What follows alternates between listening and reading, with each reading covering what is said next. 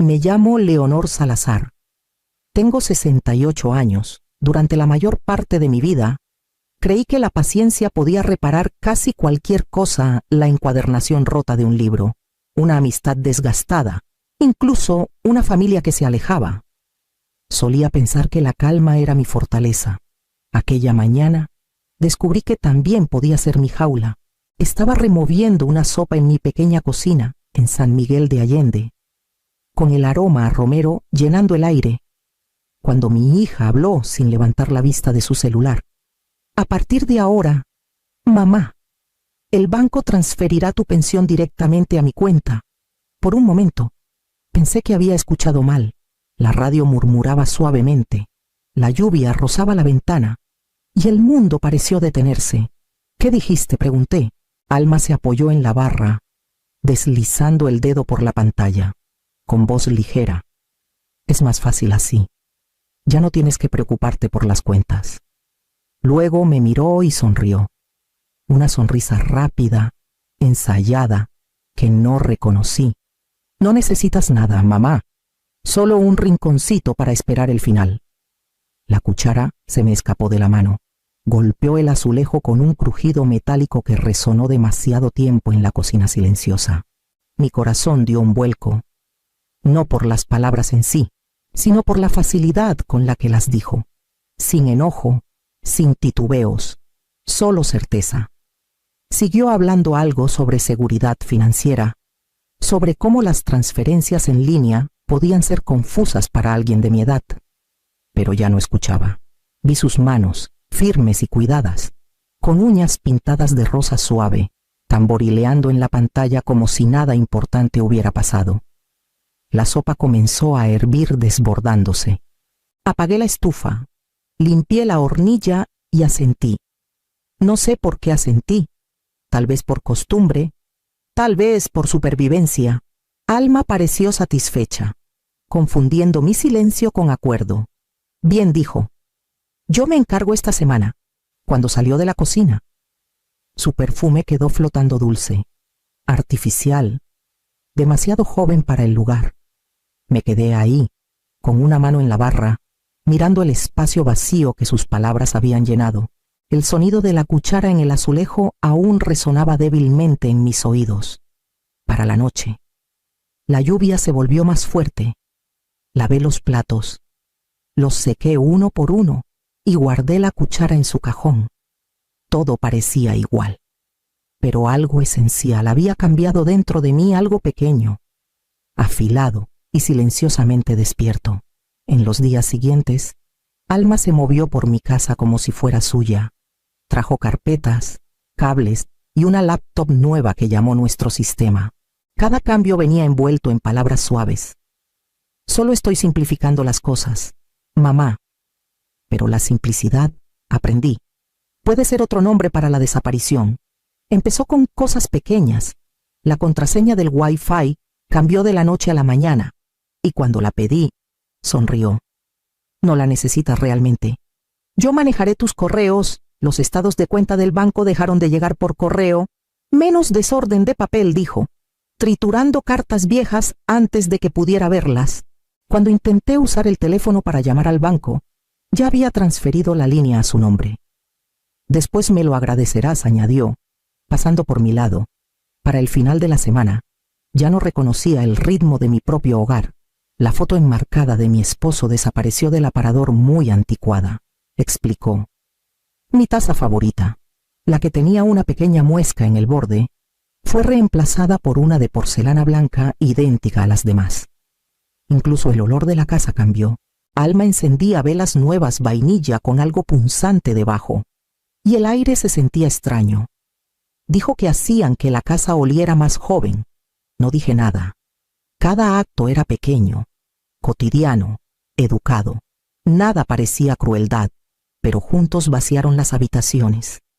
Intenté convencerme de que solo quería ayudar, que así actuaban las hijas cuando las madres envejecían. Pero yo sabía la diferencia entre cuidado y control. Una noche fui al escritorio del estudio y encontré los cajones cerrados con llave. Mi chequera, desaparecida. Mis diarios antiguos, perdidos. El sonido de esa cerradura girando aún resuena. Alma apareció en la puerta, tranquila como siempre. Es por tu bien, dijo. Guardas demasiadas cosas. Esa noche no pude dormir. Me senté junto a la ventana, viendo la lluvia difuminar las luces de la calle. La casa se sentía abarrotada y vacía a la vez, abarrotada de sus cosas, vacía de las mías. Había vivido aquí por 40 años, pero ya no me pertenecía. Cada objeto tenía una nueva regla, cada recuerdo un nuevo límite. Ella aún necesitaba que firmara los papeles de la pensión, o tal vez solo le gustaba tener público. Y aún ninguna puerta se había cerrado. Todavía no. Carmen Morales ha vivido al lado por 25 años. Solíamos intercambiar jitomates y chismes por la cerca, pero desde que Alma se mudó, dejé de salir mucho. Carmen debió notarlo, porque una mañana tocó a mi puerta con un frasco de mermelada de zarzamora. Estás muy callada, dijo, con voz suave pero firme, y el silencio no te va. Leonor. Forcé una sonrisa y la invité a pasar. La casa olía levemente al perfume de Alma, algo químico que no encajaba con mis libros viejos y mi limpiador de lavanda. Nos sentamos en la mesa de la cocina y le conté media verdad, que Alma se había hecho cargo de las cuentas, que tenía buenas intenciones, que tal vez era hora de dejarla manejar las cosas. Carmen escuchó sin interrumpir. Sus ojos grises eran agudos, no crueles. Cuando me quedé sin palabras, extendió la mano y tocó la mía. Fuiste bibliotecaria por 30 años. Sabes leer entre líneas. No dejes de hacerlo ahora. Unos días después, regresó con un nombre escrito en una lista de compras rasgada Rafael Núñez. Un banquero jubilado que trabajó con su esposo. Conoce el sistema de pensiones. Puede revisar si le pides. Esa tarde caminé hasta el café en la calle Hidalgo en San Miguel, donde Rafael pasaba las mañanas. Era un hombre alto con ojos pacientes, removiendo su café lentamente mientras le explicaba mi situación.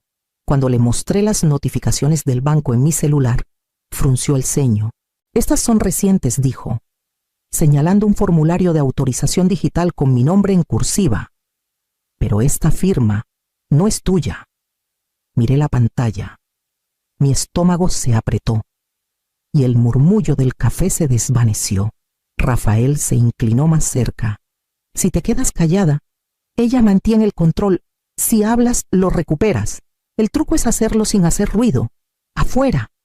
La lluvia comenzó a caer de nuevo fina, deliberada, como alguien que piensa antes de actuar. Caminé a casa sin paraguas, apretando la servilleta donde había escrito su número, sintiendo algo nuevo despertar bajo el miedo. Algo firme. A la mañana siguiente, abrí el armario de cedro en mi recámara, el que Alma dijo que debíamos despejar. Adentro había cajas etiquetadas con mi letra cuidadosa. Impuestos 1984-1990, registros de hipoteca, pensión escolar, seguros. Había guardado todo, no porque desconfiara del mundo, sino porque el orden me hacía sentir segura. Ahora, esa misma costumbre se sentía como un salvavidas. El polvo se alzó al abrir las tapas.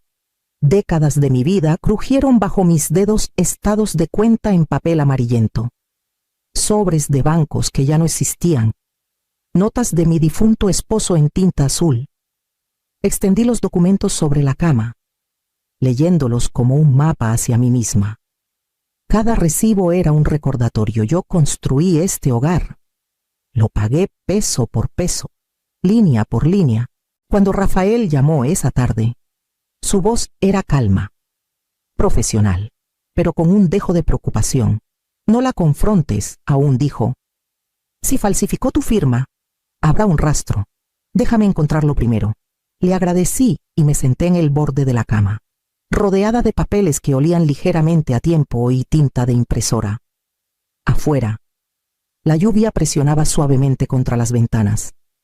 Alma estaba en la sala, riendo en su celular, su voz brillante y falsa. Me pregunté si alguna vez volvería a reír así conmigo. Esa noche, me colé en el estudio después de que se acostó.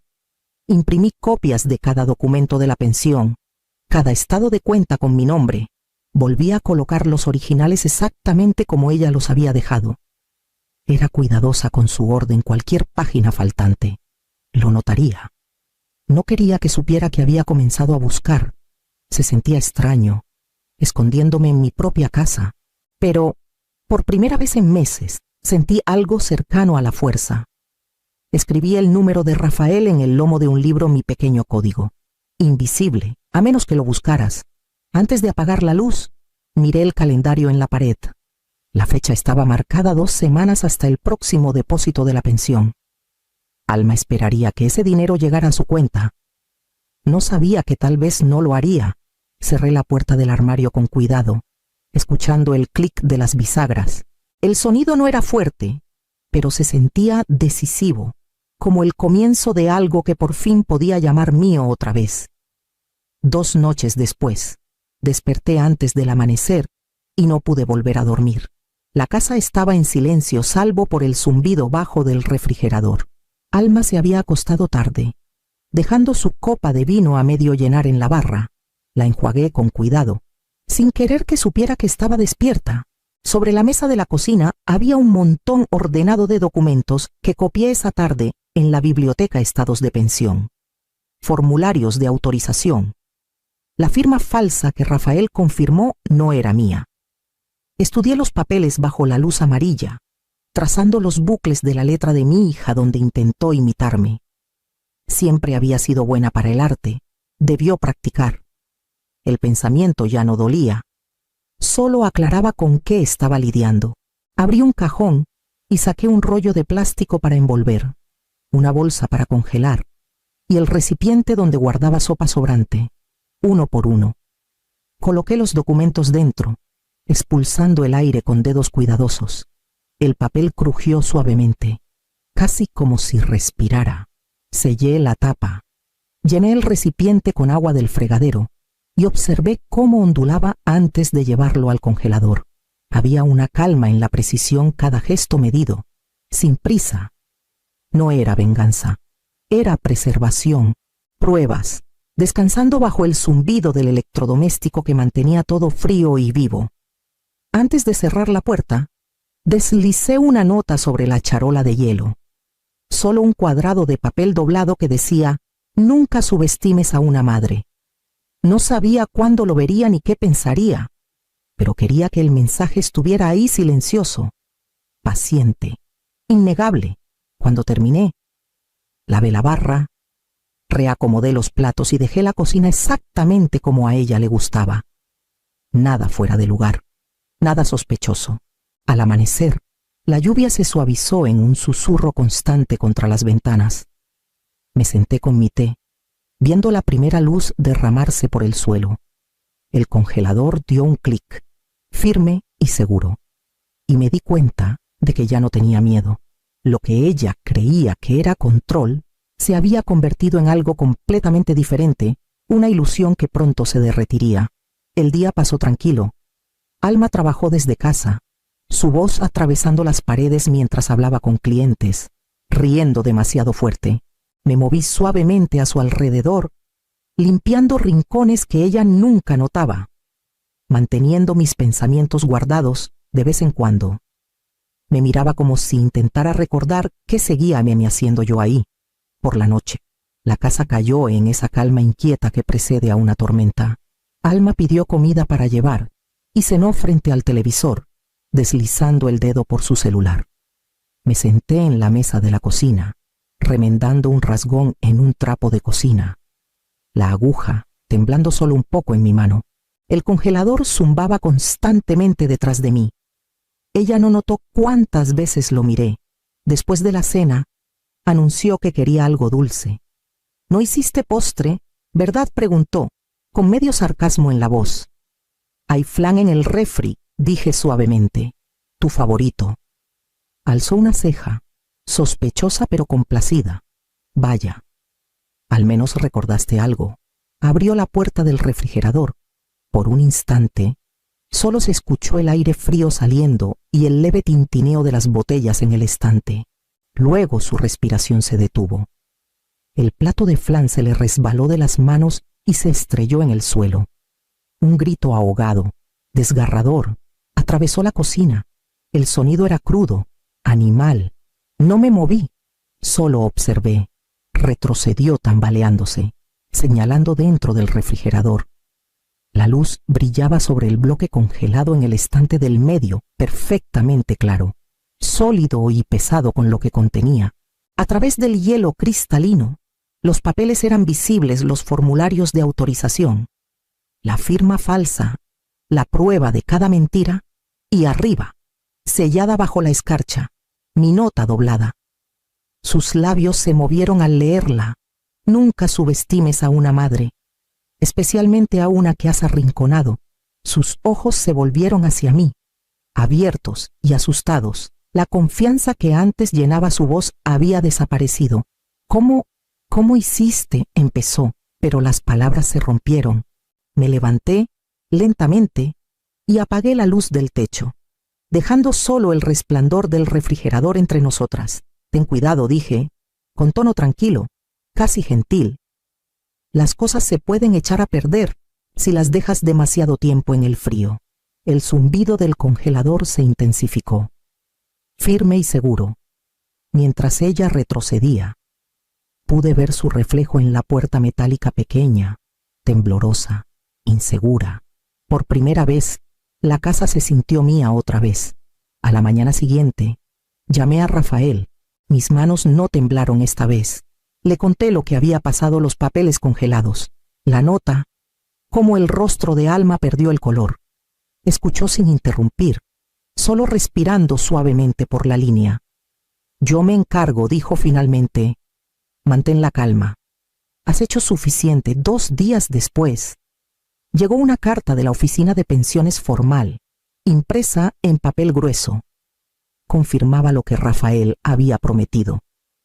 La cuenta había sido reinstaurada únicamente a mi nombre. Mi depósito mensual ahora llegaría directamente a mí. No ofrecía explicaciones. No eran necesarias. Los números hablaban por sí mismos. Alma encontró la carta antes de que pudiera esconderla. Escuché su voz elevarse en el pasillo, frenética, quebradiza. ¿Llamaste al banco? ¿Fuiste a mis espaldas? Doblé la ropa en la mesa, manteniendo mis movimientos firmes. El banco corrigió un error, dije. Eso es todo. Su celular comenzó a sonar. Salió a contestar, caminando de un lado a otro en el porche. A través de la ventana, capté fragmentos de sus palabras: auditoría, verificación de firma, departamento legal. Cuando volvió, su rostro estaba pálido, el rímel corrido. Esa noche, su prometido llegó, tenso y callado. Discutieron en la entrada por casi 1 hora antes de que su coche se alejara. Alma se quedó bajo la lluvia, con el celular en la mano, mirando la pantalla como si esperara que la perdonara. Adentro, preparé té y me senté cerca de la ventana. Las luces del vecindario brillaban a través de la llovizna, ordinarias y tranquilas. A lo lejos, una sirena sonó y luego se desvaneció. Por primera vez en meses no me inmuté. La justicia llegó sin ceremonia, no hubo gritos, ni venganza. Solo una corrección constante de lo que estaba mal. Y con ella llegó un silencio que por fin sonaba a paz. Pasaron casi 3 semanas antes de que la viera de nuevo. El toque en la puerta llegó justo después del atardecer. Suave pero vacilante, del tipo que espera permiso. Cuando abrí, Alma estaba sola. Su cabello estaba desarreglado, su ropa demasiado ligera para el frío. Parecía más pequeña, como si el aire mismo la hubiera aplastado. «Hola», mamá dijo, con voz apenas audible. «No sabía si abrirías». Me hice a un lado. «Pasa, está haciendo frío». Me siguió a la cocina, mirando alrededor como si caminara por la casa de una extraña. La misma mesa, las mismas cortinas, pero todo entre nosotras había cambiado. Serví té, como solía hacerlo cuando era niña y le temía a las tormentas. Mantuvo las manos alrededor de la taza, con los ojos bajos. «No quería que llegara tan lejos», dijo finalmente. Pensé que podía arreglarlo antes de que alguien notara. Solo entré en pánico. Asentí. El reloj tic-tac detrás de nosotras. Tomaste decisiones, dije. Ahora vives con ellas. Lágrimas resbalaron por sus mejillas, rápidas y silenciosas. No espero que me perdones, dijo. Lo sé, respondí. No viniste por eso. Entonces levantó la vista, buscando algo en mi rostro, quizá misericordia, o la madre que solía conocer, pero me mantuve firme. Cuando se fue, se detuvo en la puerta. ¿Estás bien? Estoy bien, dije, mirándola a los ojos. Mejor de lo que estaba. Asintió, y por primera vez creí que entendía lo que eso significaba. La luz del porche brilló detrás de ella mientras se alejaba, desvaneciéndose en la calle silenciosa, donde el invierno ya comenzaba a asentarse. La primavera llegó temprano ese año. La lluvia se suavizó, y la luz se filtraba de manera diferente a través de las cortinas, como si la casa hubiera decidido respirar de nuevo. Pasé una semana repintando la cocina de un amarillo pálido en lugar del blanco que Alma había elegido. El color calentaba las mañanas, incluso cuando el aire aún era fresco. Comencé a ser voluntaria en la Biblioteca Municipal de San Miguel los martes, organizando libros devueltos y ayudando al grupo de adultos mayores con sus clases de computación. Se sentía bien ser útil de nuevo. Escuchar mi nombre pronunciado con amabilidad, no como una obligación. Los viernes empecé a organizar cenas pequeñas. Carmen vino primero. Luego unas viudas del vecindario, mujeres con historias como la mía, sobrevivientes silenciosas de pérdidas que nadie veía. Traíamos guisados, pasteles y risas que resonaban contra las paredes hasta que dejaron de sonar extrañas. A veces me detenía en medio de una conversación, solo escuchando. La casa, antes despojada de su calidez, ahora llevaba el zumbido de la vida otra vez familiar y constante. Después de que todos se iban, lavaba los platos, ponía una taza de té junto a la ventana y veía el atardecer asentarse sobre San Miguel. El silencio ya no se sentía vacío, se sentía ganado. Para principios del verano, las rosas junto al porche comenzaron a florecer de nuevo, tallos delgados, brotes nuevos, tercos en su regreso. Las noches aún eran frescas, tocadas por la lluvia suave y eterna que San Miguel guarda para sí. Pasaba esas horas en el porche con una cobija sobre las rodillas, escuchando el susurro constante del agua sobre la madera. La luz del porche arriba de mí fue instalada por mi esposo años atrás, su último proyecto de invierno antes de que la enfermedad se lo llevara. Durante meses después de su muerte, la mantuve encendida cada noche, pensando que tal vez su brillo lo mantendría cerca o después. Mantendría a Alma a salvo donde quiera que estuviera. Incluso cuando regresó y convirtió esta casa en algo frío, nunca dejé de encender esa luz. Viejas costumbres, supongo. Esa noche, sin embargo, se sintió diferente. Me levanté, alcancé el interruptor y dudé solo un segundo antes de encenderlo.